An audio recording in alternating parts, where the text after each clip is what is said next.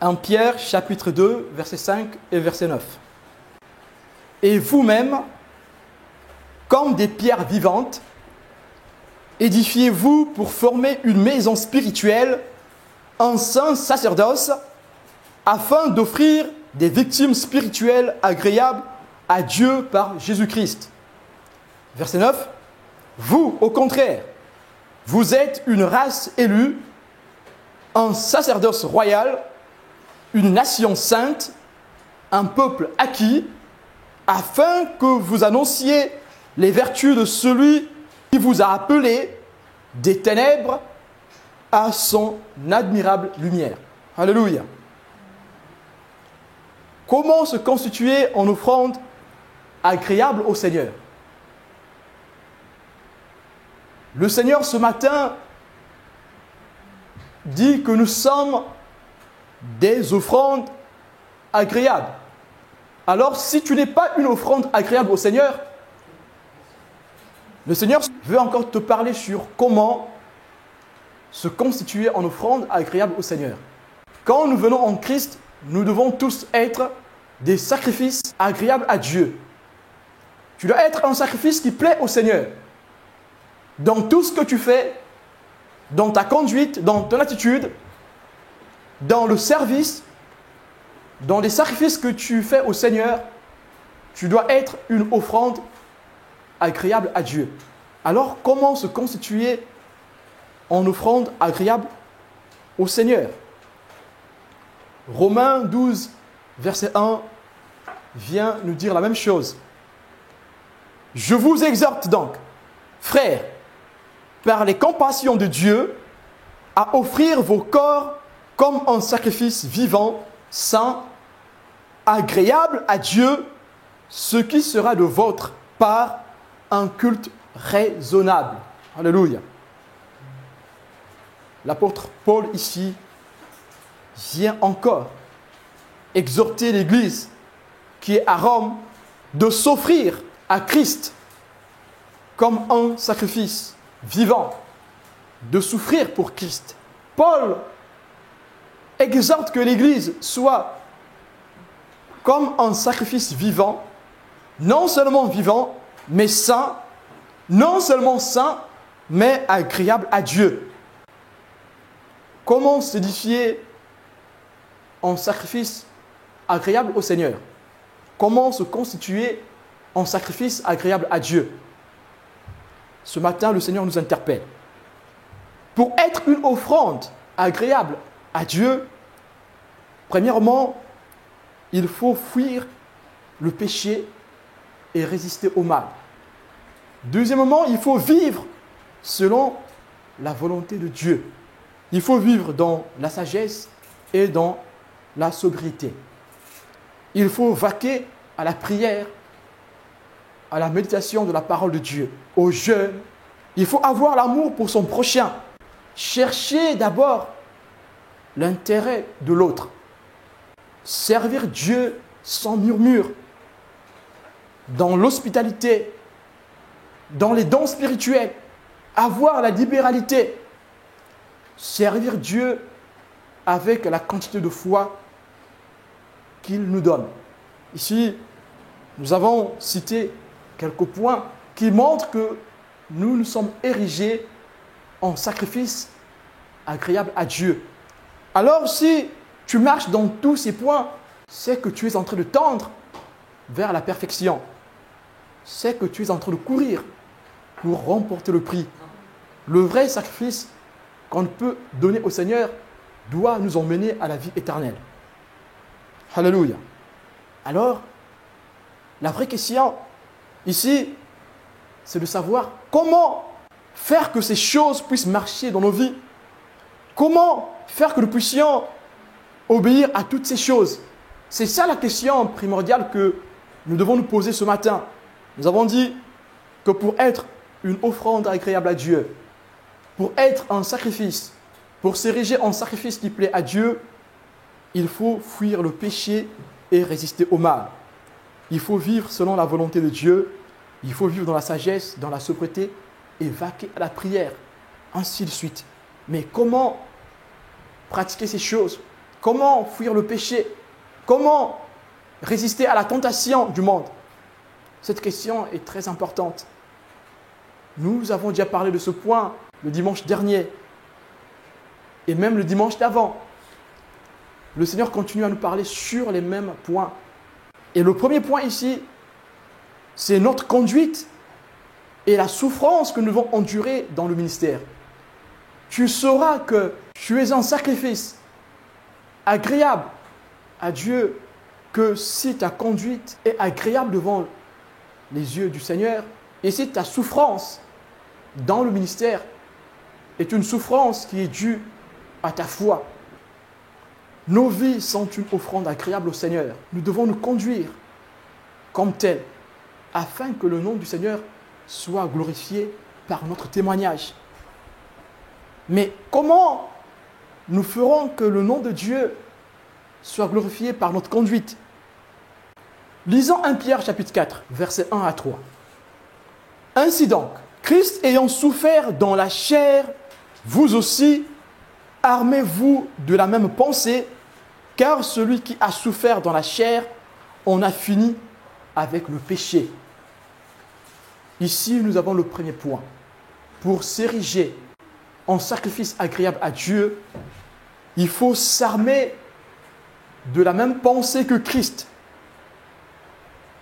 Le premier verset, ainsi donc, ayant souffert dans la chair, vous aussi, armez-vous de la même pensée. Car celui qui a souffert dans la chair en a fini avec le péché. Pour s'ériger en sacrifice agréable à Dieu, pour s'ériger en sacrifice qui plaît à Dieu, nous devons nous armer de la même pensée que le Seigneur Jésus-Christ. Alors, quelle est la pensée du Seigneur Jésus-Christ? La pensée du Seigneur Jésus-Christ, c'est que lui, ce Dieu éternel, s'est fait petit. Il est rentré dans une enveloppe semblable à celle de l'homme. Il s'est fait petit en venant en chair et en os dans ce monde afin de prendre notre situation, afin de porter notre situation. Dans cet état, le Christ a souffert. Le Christ a connu la faim. Le Christ a connu la douleur de la chaleur. Il a marché des kilomètres et des kilomètres à pied. Le Christ a souffert dans son corps en tant qu'être humain. Dans le sacrifice qu'il a à faire pour sauver l'humanité, il a été lynché, battu, insulté, craché dessus. On lui a fait porter une couronne d'épines. Son sang a coulé. On lui a percé le côté. Son sang a coulé. Et l'eau aussi est sortie de son côté. On s'est moqué de lui. Lui qui est pur. Lui qui n'a pas connu de péché. Lui qui a résisté à la tentation. Lui qui n'a pas cédé au mal en tant qu'homme. Lui qui est 100% homme, 100% Dieu. Mais en tant qu'homme, il n'a pas cédé à la tentation. Il a résisté à la tentation. Il s'est fait lyncher. Il a été battu à mort. Il a été cloué à la croix. Il a crié. La douleur à la croix avait atteint son paroxysme. Mais quand il a crié « Élie, Élie », il se sentait abandonné. En ce moment même, quand il a crié « Élie, Élie », il s'est senti seul avec cette charge. Le Père lui a tourné le dos parce qu'il fallait qu'il accepte ce sacrifice. Il a pleuré. C'était une lourde charge. Et même avant qu'il se retrouve à la croix, il s'est trouvé seul face au Seigneur. La veille de sa passion, il s'est trouvé seul face au Seigneur. Il a vu la coupe venir, cette mort atroce venir, cet événement, cette passion s'avancer. Il a pleuré. L'angoisse a envahi son cœur. Et ce jour-là, Christ a transpiré des grumeaux de sang.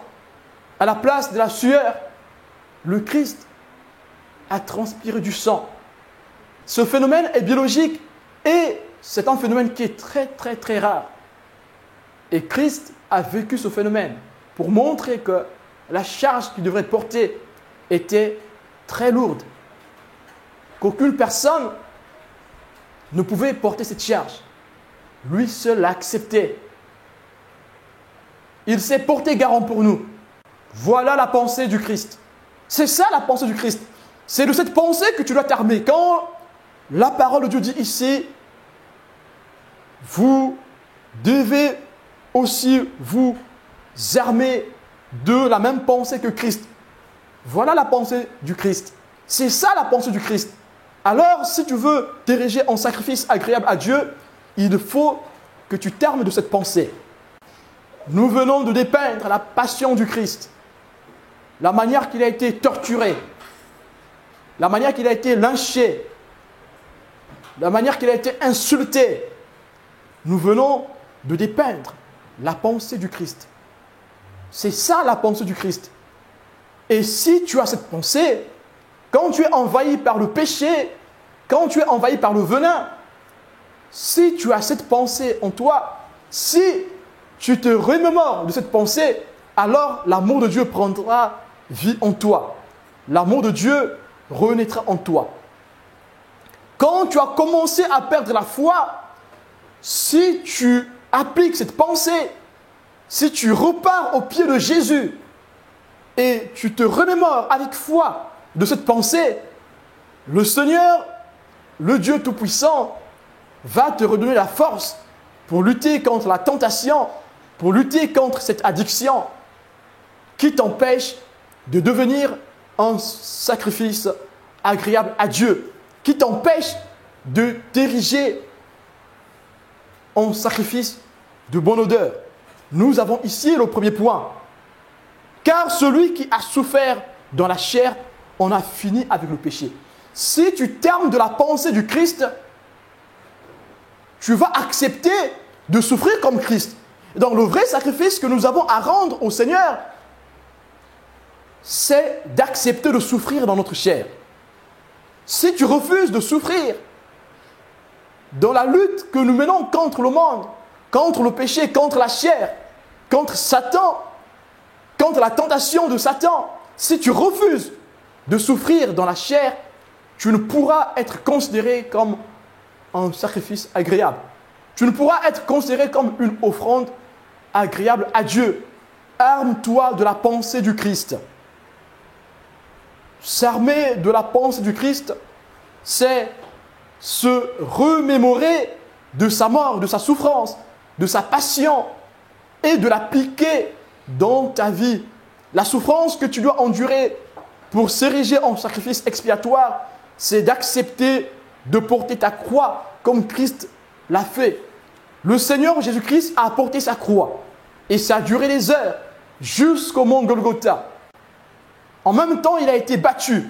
Ce matin encore, le Seigneur nous interpelle. Le Seigneur nous appelle à nous armer de la même pensée que Christ. C'est-à-dire, le Seigneur nous appelle d'accepter de souffrir quand il le faut. Dans ta sanctification, s'il faut que tu souffres pour aller de l'avant, tu vas accepter la douleur. Le péché, c'est un venin, c'est une addiction. La pratique du péché, c'est une addiction qui va t'emmener à pleurer. Pleure s'il faut que tu pleures pour que tu t'ériges en sacrifice de bonne odeur, en sacrifice agréable. Cela ne dépend que de toi. Quelle que soit la chose qui t'empêche d'être un bon sacrifice, d'être un sacrifice qui monte vers Dieu, parce que ce ne sont pas tous les sacrifices qui montent vers Dieu. Tu peux être un sacrifice, tu peux t'ériger en sacrifice, mais un sacrifice qui ne monte pas vers le Seigneur. Nous avons vu l'exemple d'Abel et de Caïn. Abel a donné un sacrifice au Seigneur. Et le sacrifice d'Abel est monté vers Dieu. Caïn a donné un sacrifice à Dieu, mais le sacrifice de Caïn n'est pas monté vers le Seigneur. Mais les deux, c'est des sacrifices. Mais ici, le Seigneur veut que nous soyons des vrais sacrifices. Des sacrifices agréables. Des sacrifices qui montent vers le Seigneur. Des sacrifices dont la fumée monte vers l'Éternel. Alors, si ta fumée ne monte pas vers l'Éternel, alors ton sacrifice n'est pas agréable, alors ton sacrifice n'est pas bon. Voilà pourquoi tu n'arrives pas à fuir le péché. Voilà pourquoi tu n'arrives pas à résister à la chair. Voilà pourquoi tu n'arrives pas à résister au monde. Voilà pourquoi quand la chair t'appelle, tu réponds à son appel. Voilà pourquoi quand le monde t'appelle, tu peux répondre à son appel. Voilà pourquoi quand Satan t'appelle, tu peux accepter son appel. Parce que ton sacrifice ne monte pas vers Dieu. Parce que ta conduite, la volonté que tu as de servir le Seigneur n'est pas une volonté ferme. Si tu veux être un sacrifice agréable à Dieu, il faut que tu aies une volonté ferme dans le service, dans la sanctification, dans la prière, dans la méditation de la parole de Dieu, dans l'amour que tu vas présenter à ton prochain, dans la libéralité que tu as dans le Seigneur. Tu dois être un sacrifice et un vrai. En réalité, il faut que tous les quartiers de ta vie soient consacrés au Seigneur. Alors, pour être un sacrifice qui plaît à Dieu, tu dois t'armer de la même pensée que Jésus. Si tu t'armes de la même pensée que Jésus, tu auras fini avec la chair. Tu auras fini avec le péché. Le péché ne sera plus ton partage. Quand ce venin viendra te torturer, tu vas supporter, non par ta propre force, mais par la force que t'aura donné le Saint-Esprit. Car la vraie sanctification, c'est celle qui est de l'Esprit. La sanctification de l'Esprit. Comme l'apôtre Pierre le dit, nous devons marcher dans la sanctification de l'Esprit. Et celui qui s'érige en vrai sacrifice doit marcher dans la sanctification de l'Esprit. Celui qui s'arme de la pensée de Jésus, comme il est écrit dans le verset 2, il vivra selon la volonté de Dieu. Il ne vivra plus selon la volonté du monde. Je vais lire le verset 2. Afin de vivre non plus selon les convoitises des hommes, mais selon la volonté de Dieu, pendant tout le temps qui lui reste à vivre dans la chair. Celui qui s'est armé de la pensée de Jésus va résister au péché, va résister à Satan, va résister au mal. Et même quand il n'aura pas la force, s'il arrive qu'il n'a pas la force pour le faire, s'il regarde à Jésus, s'il se réarme de la pensée de Jésus, s'il se remémore de la mort sacrificielle du Christ, l'amour de Dieu va renaître en lui et il pourra faire face à ce venin. Et le péché ne sera plus son partage. Une fois que nous avons vécu cette chose, nous devons maintenant faire attention. Nous devons accepter de marcher dans la volonté de Dieu. Nous allons refuser maintenant de marcher dans la convoitise. Mais c'est nous qui allons prendre la décision de ne plus marcher dans la convoitise. Nous allons mettre autour de nous des jalons. Nous allons mettre autour de nous des murs.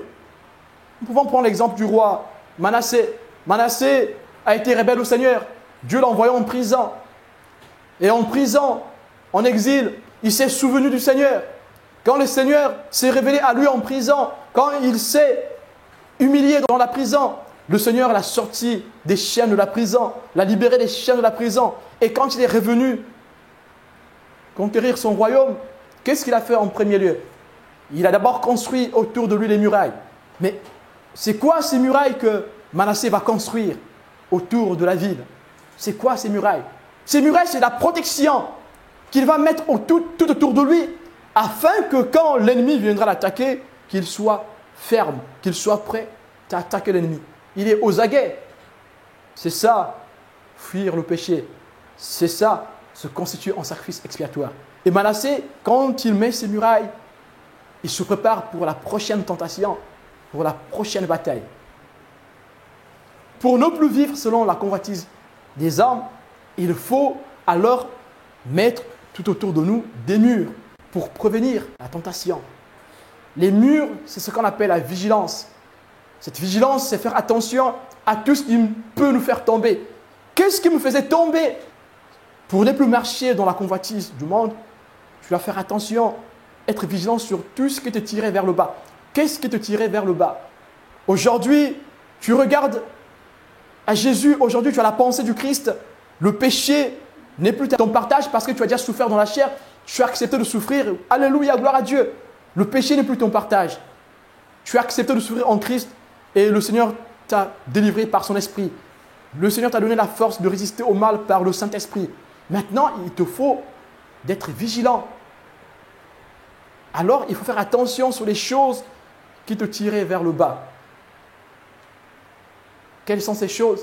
Tu les connais. Tu dois t'éloigner de ces choses.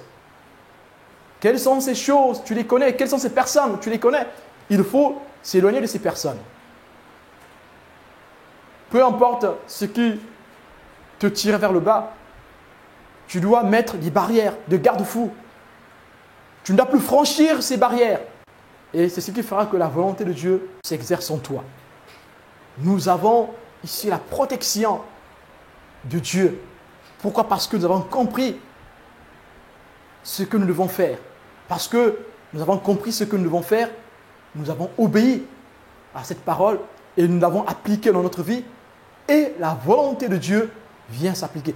De la même manière que tu as donné ta vie à Jésus, quand tu te sanctifies, quand tu fais des efforts pour fuir le péché, pour résister au mal, c'est une offrande que tu donnes à Dieu.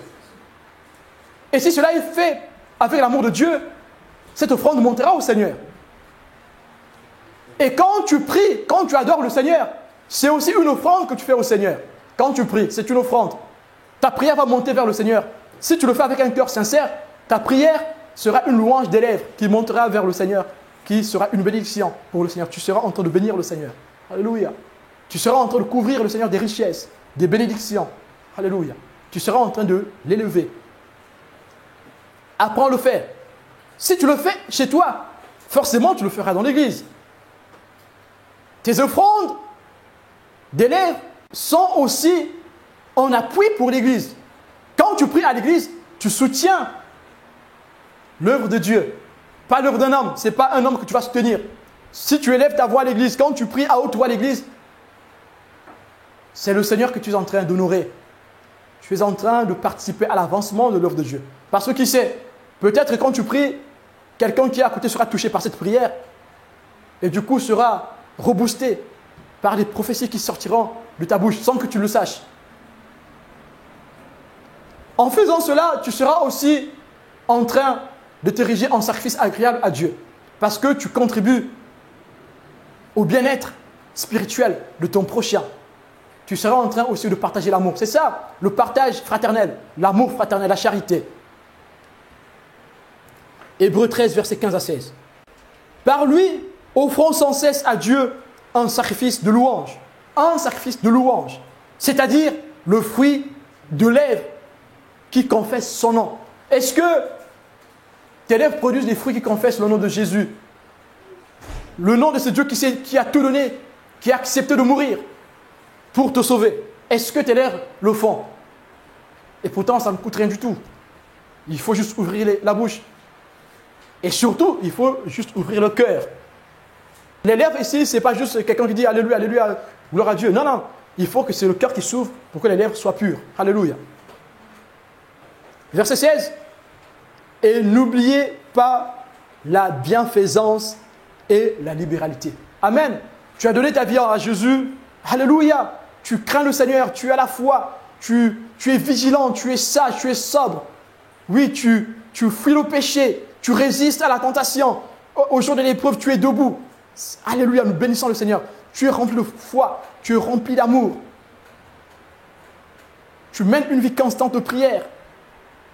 Tu loues le Seigneur par tes lèvres, dans ton cœur, tu le loues. Mais l'Épître aux Hébreux dit aussi, et conjonction de coordination. Ça veut dire que ce que nous avons dit avant va avec ce qui va suivre. Et n'oubliez pas la bienfaisance et la libéralité, car c'est à de tels sacrifices que Dieu prend plaisir. Dieu prend aussi plaisir de ce que tu donnes, matériellement, financièrement, physiquement, ton temps que tu donnes au Seigneur. Ça, c'est des libéralités. L'amour que tu donnes à ton prochain. Ton frère n'a pas une chemise, tu lui donnes une chemise. C'est la libéralité. En faisant cette chose, tu es en train de glorifier le Seigneur. Ici, nous ne voulons pas parler de l'évangile de la prospérité, des gens qui sont là pour sucer les autres, les sangues-sus. Ils sont là pour sucer les autres, pour piller les autres. Nous parlons ici du vrai sacrifice. Alors, si tu sais que ta vie n'est pas en ordre, ça ne sert à rien de donner ton offrande au Seigneur. Ton offrande ne servira absolument à rien. Voilà pourquoi le Seigneur veut que nous soyons d'abord des vrais consacrés avant que ce que nous pouvons apporter matériellement, financièrement, physiquement puisse avoir de l'importance. Si ton cœur est un tombeau où il y a des ossements pourris à l'intérieur, ça ne sert à rien de donner ton offrande ne sert absolument à rien. Tu n'auras aucune bénédiction, même si l'Église prie pour toi. Cet évangile qui dit que non, bon, si tu donnes au Seigneur, tu seras béni, cet évangile est faux. Si tu donnes, tu seras béni. Ce n'est pas quiconque qui donne.